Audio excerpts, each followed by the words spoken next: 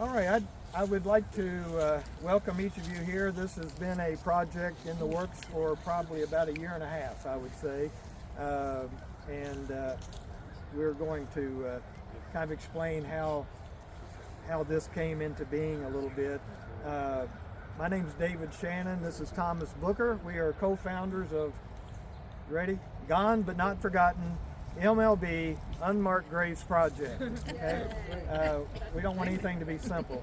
I'm not even really sure how we first came up with that name, but Gone but not forgotten is what we were wanting. And then we got to looking, and there were many groups by that name. So MLB Unmarked Graves Project, kind of nobody else does that. So we were able to do that. I feel much more comfortable ad-libbing, but I wrote down what I need to say, because if I ad-lib too much, it may start snowing. We'll be in the next week. So first, I'd like to share how our group came into being. Both of us enjoy baseball history.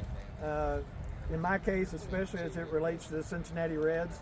Thomas is a little less prejudiced toward the Reds and opens up to many other teams that I don't care to follow. Is that fair? That's fair. Okay. Very good. Oftentimes with studying history, it takes you somewhere you don't really expect to go, down a rabbit hole, and you find new ways to learn about history. I'm also interested in genealogy, my own family genealogy.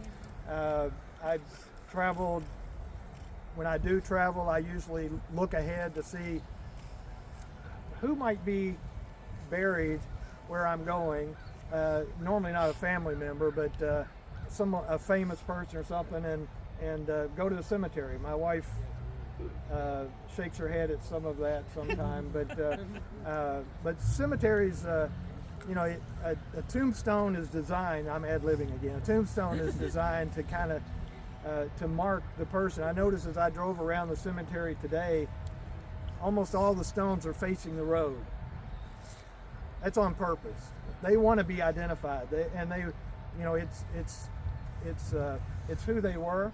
It's kind of the last thing. You have some very elaborate, very expensive monuments, and you have some very simple monuments, but each one gives information about that person.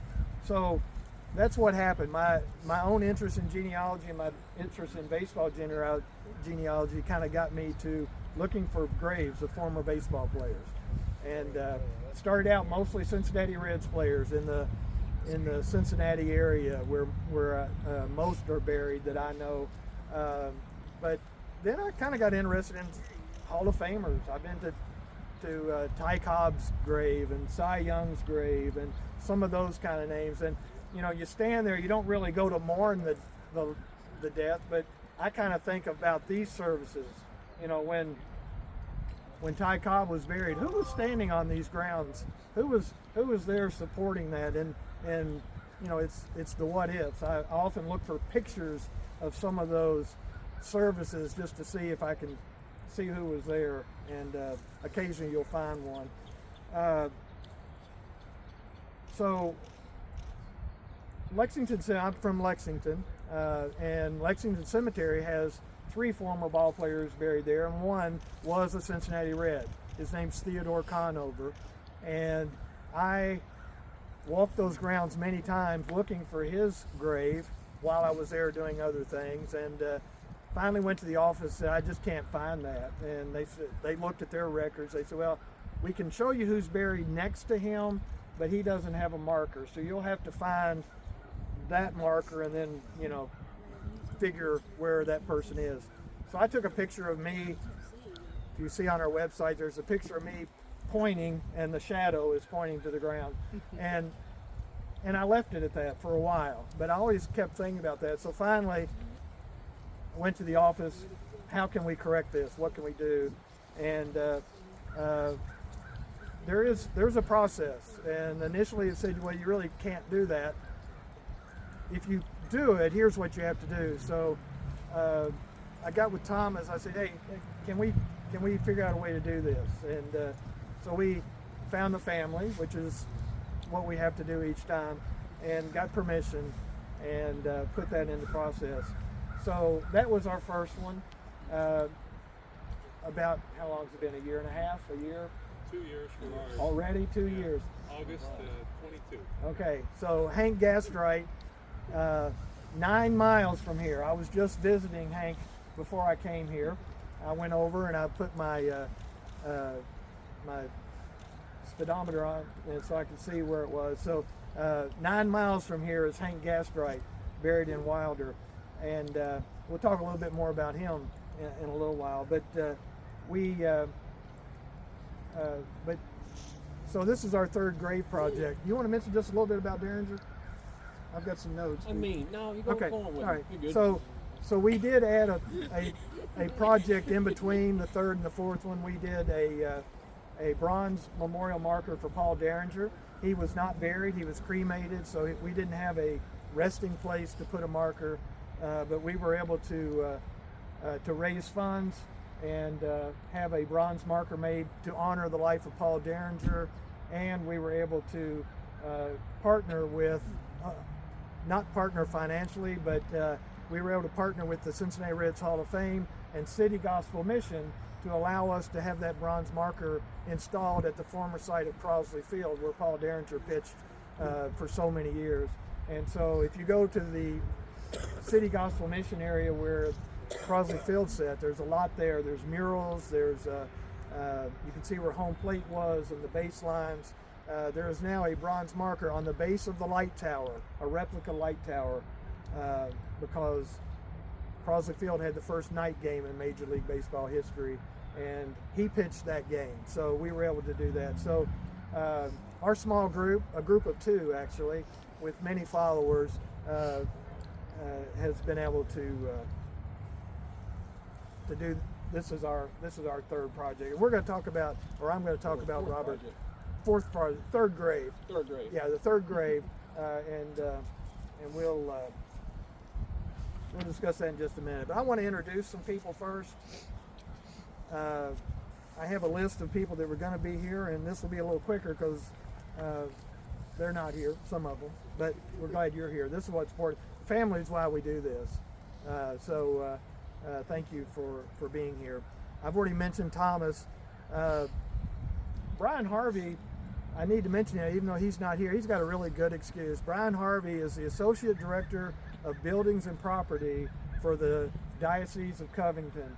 So they oversee this cemetery. They also oversee St. Joseph's in Wilder, where we did Hank Gastright. Brian has been so helpful to me, an amazing person, and he sent me a message Wednesday. HIPAA won't let me tell you too much, I don't think, but he sent me a message Wednesday that he was going to go in for a procedure, a small procedure on Thursday. He wasn't sure if he could be here. He ended up having to have a stent put in, so he had to stay overnight in hospitals. He's not here, but I do appreciate him. He's the only contact I've had with the diocese. I'm sure there's been other people who have taken care of that. We do have a media from the Messenger, which is part of the Catholic. I'm not going to go any further because I'm not sure how that relates, but the Catholic paper for this area. So we appreciate them being here. Is Mark here from here? Okay. Mark Rudebush, is that right? He is the cemetery foreman here at St. Mary's, and they took care of having the foundation put in for this, the footer, and helping us to locate the grave and doing anything we've asked. So we appreciate them. Brad Leake and Scott Lewin are here. I'm going to tell you who they are, and then we need a good round of applause for them. They own, Scott owns Lewin Monument directly across the street. If you go out of here and you play, what is that, Frogger? and go across the road safely, you'll be in their parking lot. They procured the stone for us and engraved it and took care of everything. they wanted to do it for free. Am I wrong for questioning that? That's what they wanted to do. We agreed because we had raised money for this to pay them, and then they returned that as a donation to one of our Reds charities. So they gave all the money back. And not only did they take care of us, but they engrave. You do the polishing too? Okay, so when the stone comes in, it's polished and cut, but not engraved. But the supplier for that is Tech Stone, TEC Stone, nationwide company based in Columbus, Ohio. They communicated what they were doing, and they supplied the granite for free. So this officially was done without that, and that it won't go anywhere. I've got it tied. You're down this road. So, did I miss anybody that I need to mention?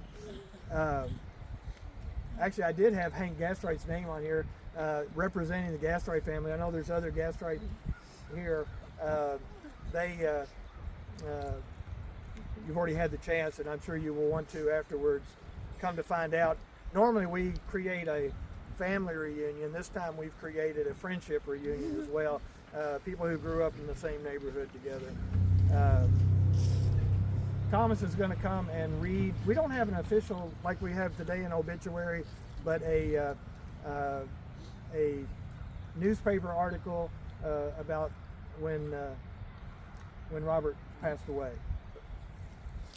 So this comes from the Cincinnati Enquirer, and it was Friday, August 22nd, 1919, and it says, veteran ball player, Bob Clark dies of injuries received in explosion. Just as newsboys were shouting yesterday over the Cincinnati Reds' great victory, Robert Bob Clark, 56 years old, former catcher for the Old Redlegs, passed away at his home, 118 East 10th Street, Covington, Kentucky. He never recovered from burns sustained several months ago in a chemical explosion in a Cincinnati factory. In 1894 and 1895, Clark backstopped for the Reds. At one time, he played with a pennant-winning Brooklyn team, the Brooklyn Bridegrooms. Later became the Brooklyn Dodgers, now the Los Angeles Dodgers. In 1881, Clark entered professional baseball and wound up his connection with the game as a Southern League umpire. During his illness, Clark was continually interested in the success of the present Red team. He was at the time survived by his widow, Miss Mary Broderick, one son, Robert L. Clark, and it said the funeral was going to be held on a Monday morning from 8 o'clock until services at 8:30 a.m. at St. Mary's Catholic Cathedral in Covington. And of course, he was laid to rest here.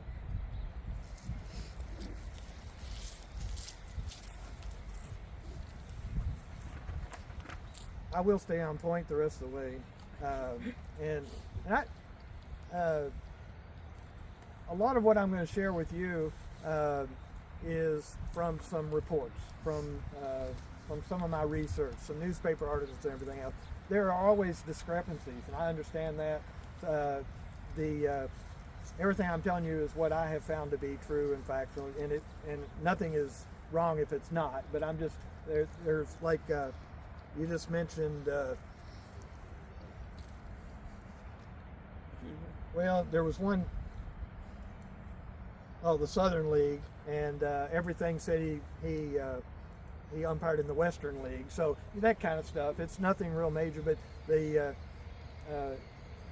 communication between the reporters wasn't quite as close back then. So let's hear a little bit about Robert Clark. We gather today to remember Robert H. Clark, known as Bob, and unveil this headstone so his final resting place can be found by friends and family who come to this spot in the days and years ahead. It's been 105 years, 2 months, and 25 days since his death on August the 21st of 1919. His body was laid to rest at this place, and until today, his grave has been unmarked. He was born May the 18th, 1863 in Covington to James Clark and Elizabeth Newman, both from England. I don't know much about the life of young Robert, but as a young man, he made a name for himself playing baseball. I found news articles about his baseball career as early as June of 1885. I'll be reading a few of those articles today as they provide a time capsule of what life was like in those days. Bob is credited with playing 7 seasons in what we now call Major League Baseball, but that term wasn't used in those days. He played for the Brooklyn team, which was known as the Grays, and then the Bridegrooms. It changed names during that 5 years. The Reds, and a team in Louisville known as the Louisville Colonels. One particular article from the Brooklyn Eagle, written in October of 1889, so this was before he came to Cincinnati, gives a great timeline of his career. They wrote, Robert H. Clark, Brooklyn's crack catcher, is 23 years old and hails from Covington, Kentucky. He first played ball with the amateur clubs of his native town and began his professional career with the Favorites and the Shamrocks of Cincinnati in 1883. In 1884, Clark caught for the Springfield, Ohio club of the Ohio League, and the following year he joined the Atlanta, Georgia club of the Southern League. He remained with that club for 2 seasons, and then Brooklyn gobbled him up. The first 2 years he was with Brooklyn, he did not distinguish himself very much and was given comparatively little work to do. This year, however, he came to the front. His work has been of the gilt-edge order. He has demonstrated that he is a great backstop, a quick and accurate thrower to bases, a fine batsman, and a clever base runner. Clark is now admittedly Brooklyn's star catcher. He is a well-built fellow, 5 feet, 10 inches tall, and weighs 175 pounds. So Bob would join the Brooklyn team in 1886, making his debut on April the 17th. He played in 71 games that season, catching in 44, plus he played shortstop in all 3 outfield positions. I ran across an article from the New York Times dated July the 12th of 1886 that shows a glimpse of what baseball was like in those days, and it tells a little bit of what kind of a player Bob was. Here's just a little part of that article. A serious riot was narrowly averted at the Cincinnati Park today between the home team and the Brooklyns. Now, he was playing for Cincinnati against his old team, the Brooklyns. So there were 6,000 people on the grounds, and they seemed to have the impression from the start that the umpire, and he's an umpire now, Foghorn Bradley, was discriminating in favor of the visitors. The wildest confusion ensued. Yells and hisses were hurled at the umpire, and ruffians threw beer glasses at Bradley. Several thousand people jumped from the stands into the field to mob Bradley, the umpire. The excitement was still further increased by Frank Bell, formerly a catcher of the Brooklyns, who became involved in a fight in the pavilion with a fellow named Clark, brother of Bob Clark, who's the present catcher of the Brooklyns. The fight was waxing hot when Bob Clark, in full uniform, jumped into the pavilion, bat in hand, to assist his brother, who was being whipped. Then followed a pitched battle of the friends of the contestants. Bell's friends rushed to his rescue, and the followers of Clark took a hand in the melee, which lasted nearly 15 minutes, during which the police seemed utterly powerless. That part of the crowd not engaged in the fight went for Bradley, the umpire, with beer glasses, but he was hustled off the field in time to save his life. This is my favorite part. Bradley, under protection of the authorities, umpired the rest of the game. So far as can be ascertained, no one was mortally hurt in the fight, although several were injured. He would play in Brooklyn for 5 seasons. He played 260 games for Brooklyn. While playing in Brooklyn, he became well known for his high quality ball player. However, he missed a lot of games due to his health, and Brooklyn allowed Cincinnati to purchase his contract. The press release from March the 25th of 1891, the Cincinnati National League Club yesterday closed the contract with another player who will add strength to the team, Bob Clark, the fine catcher who has been with the Brooklyn League Club for the past 5 seasons, will next summer wear the red and white of the Queen City League organization. This engagement will prove a good one. Clark is a Covington boy and very popular on both sides of the river. He has a large following, and from a box office standpoint, as well as in a playing sense, the local league club scored a big mark in securing him. Clark is a fine backstop, a hard and accurate thrower, a good batsman, and is not slow on the baselines. His habits are the best. He was sick most of last season, but is now entirely well. They hoped. Anything that people say. Cincinnati Enquirer reported on May the 9th, 1891, that Bob Clark will make his initial bow as a member of the Cincinnati team in today's game. He will go behind Radbourne. Pretty good picture. He played for the Reds in only 16 games that 1981 season, but he did play in those 16 games with at least 3 current Cincinnati Reds Hall of Famers: Bid McPhee, Tony Mulan, am I saying that right? I never say it right. And John Riley, known as Long John Riley. So those 3 guys are inducted. So he played with some really good players while he was in Cincinnati. His playing time was limited during his career as he dealt with both injuries and illness. Most teams carried multiple catchers because they were so often injured. Catching was brutal, with the foul balls to the face and body and aggressive runners crossing the plate. As good as he was behind the plate, the most games he ever played as a catcher in a season was 53 in 1889. Shin guards hadn't been invented, hadn't even been thought of. Chest protectors were very new at the time. A player by the name of Jack Clemens in 1884 was quoted as saying that he wore a sheepskin, that's what he called his chest protector, beneath his uniform to avoid being called a sissy. The catcher's mask during his time was a wire frame with strips of leather wrapped around for cushioning. The catcher's mitt that we know today didn't even exist until about 1899. Robert probably used a traditional fingerless glove with some padding stuffed in, kind of like what we would shovel snow with. They had to cut the fingers out so they could grip the ball. He might have, we don't know, but there was a brand new invention of the day called the Decker Safety Catcher's Mitt, which was a contraption. It's basically a glove stitched to the back of a round pad. So they it was forming what would eventually become a glove. On January 26, 1890, it was reported, and I'm sharing these because it shows you what he was like. These are, he was a highly sought, friendly, everybody liked him. Here's an article. There is no ball player in the country who still has a vivid recollection of the great battles between Brooklyn and New York for the championship of the world. Twice he played for the championship of the world with the Brooklyn team. And that man is Bob Clark. The series that was fraught with disaster to the Brooklyns resulted in his disablement.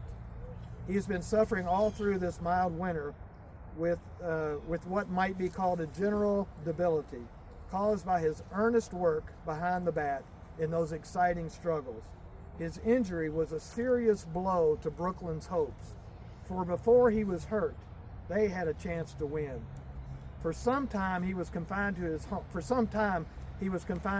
In Covington, and that imprisonment rather bleached the color out of him.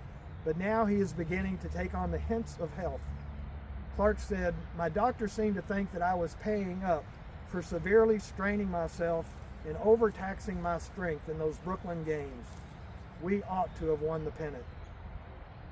July of 1891, it was reported Bob Clark's trouble seems to be something like yellow jaundice.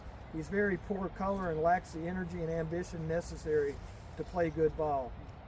He has not been in good health for several seasons. So he was playing through all of this and still considered one of the best catchers on a championship team. He must have had some recovery because he played again in 1893, this time with the National League club, the Louisville Colonels. That would be his last year in what we now consider the majors. His life after baseball was busy. He became an umpire in the Western League, which, as shown in the article mentioned before, was even tougher than being a player. In 1996, this was written by the Enquirer. Big Bill Schreiber took a punch at umpire Clark in a game at Kansas City yesterday. Perhaps Big Bill did it on a ball field where he had 3,000 or 4,000 people to back him up. But it is a dollar to a dime that he is afraid to repeat that performance off the field when Clark would have an even break with him. There are any number of better and easier jobs in this world than taking a punch at Bob Clark, and are any number of ball players fully aware of that fact. Bob Clark is a Covington boy, and while he never looks for trouble, he has never been known to take a side street or a back alley when trouble is looking for him. Bob put away 2 or 3 different people in our over-the-river suburb who took on the job of trying to take a punch at him. Big Bill Schreiber better have plenty of blue hardware about his person when he tries that job again. The Brooklyn and Cincinnati players will tell anybody that asks that Bob Clark is pretty near an artist in the fistic engagement. The newspaper article went on and got very, very graphic. Bob Clark took care of Big Bill Schreiber. There was another report of Bob being attacked by a ball player named Bill Wilson. That report said that Bob Clark soundly thrashed the bully. I think that's the one that went into detail, that went into the detailed graphics. One of the early censuses shows that Bob's profession was a saloonist, which is interesting. The article from February of 1892, so this was between the Reds and the Colonels while he was taking that break, said he was doing a prosperous business with a liquid emporium in Covington. In 1895, it was reported that Bob Clark, who once caught for the Brooklyn, holds a government position in Covington. According to some reports, he became a tax collector. In 1910, he was an applicant for a new position that's being created by the legislature, the county detective. Never could find if he got the job or if anybody did. It was a new position that they were creating. Perhaps one of the most interesting connections I found in my research for Bob is a connection that we had with our last project, Hank Gastright. It appears that Bob and Hank were pretty good friends, and they were often found together doing charity events, old-timers gatherings, and even playing some ball together. One such event took place at League Park in November of 1891.